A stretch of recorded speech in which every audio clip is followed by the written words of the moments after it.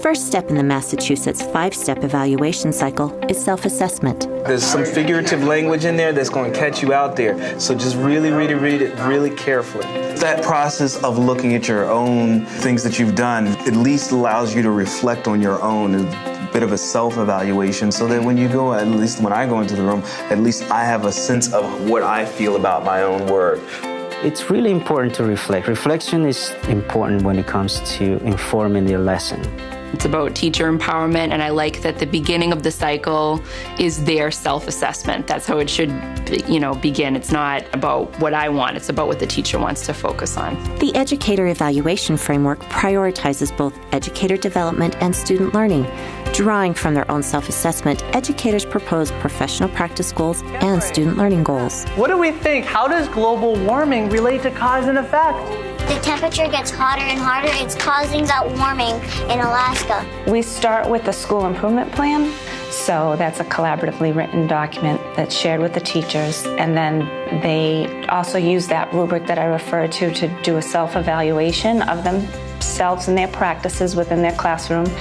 And with those two tools, the goals are developed. It's one is a student learning goal and the other one is a professional practice goal. Student learning goals focus on improving student performance, and professional practice goals focus on strengthening the educator practice with the ultimate aim of benefiting the students. For example, they use the student data to identify where the weaknesses are for curriculum. And if it's in reading fluency, let's say, they will develop the student goal first based on that area of need. And then the professional practice goal will link to that student learning goals. Although the two goals are distinct from one another, they are often closely related. So you could have a student learning goal that says by June of 2015, 70% of students who require interventions will be at a reading level of. So it's pretty specific. And then the professional practice goal that ties with it would be developing lessons that is data-driven, differentiated, tiered, with small group support, those kinds of things. SCI endorsement courses have been rolled out this year and last year, so a lot of teachers have been using those as professional practice goals. And then additionally, I encourage them to do anything content-based if they've had a grade level shift or if they're struggling in one area that they know it's not their strength. I really encourage them to work with the coaches and their grade level teams on strengthening their knowledge in a particular content area. In each building, we have a teacher leader that serves as what we call a cohort coach. What the role of the cohort coach is to work with the teacher to help develop their goals or to word their goals, to make them smart. The cohort coach can have that conversation and wordsmith the goal if that's something they feel they need to do. Or each cohort coach has been through training around goals and around SMART goals. In the middle school level, we work very collaboratively together to help teachers understand the nuts and bolts of writing goals, and it's been a really collaborative process. We took the role of cohort model and we retrained them in the new system, and not only do they help teachers work on their goals, they are also there as a peer resource to help them understand the cyclical nature of the process, the growth mindset, setting goals that are either a year or 2 years in place, and then just being an ongoing resource for them to answer any questions about the process.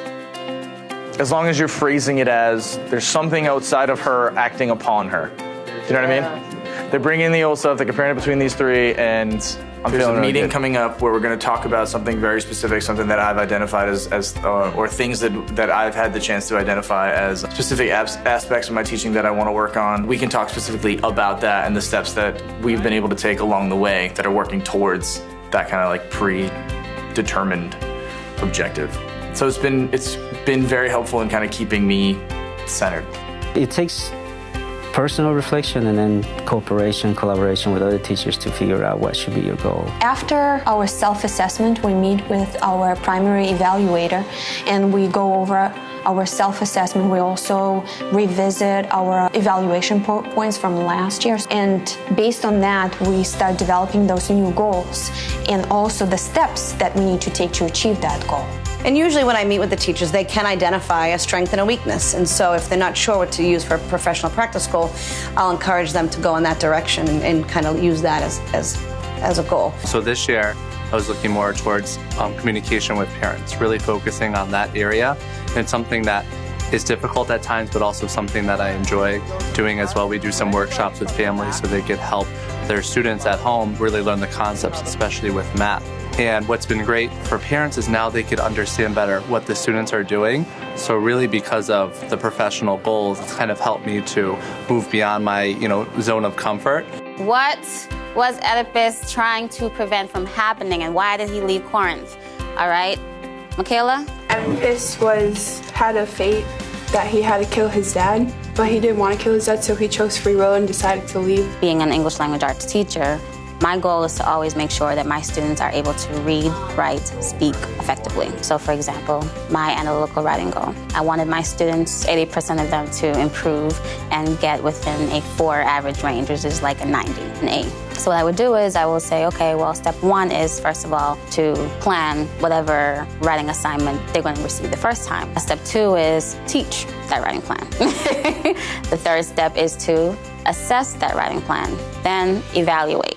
So based on the information that I see, I'll know, okay, I met this goal, or okay, we still need to work on this goal. It's really important. Again, it's a self-assessment. So this is not my directing you, as to what your goal should be. You're a professional, so you should be able to look through the rubric, the data, everything that you've supplied, and identify what you as a professional want to focus on with your students and in your professional learning. My role in the self-assessment is just to really make sure people have really good actionable steps for their SMART goals, and that we have an understanding of how they're going to provide evidence to me. It's individual to the teacher, because that's what this is all about. It's not about me saying, this is what you need to be, but more, you know who you are as an educator, reflect on that and see where I can guide you to go.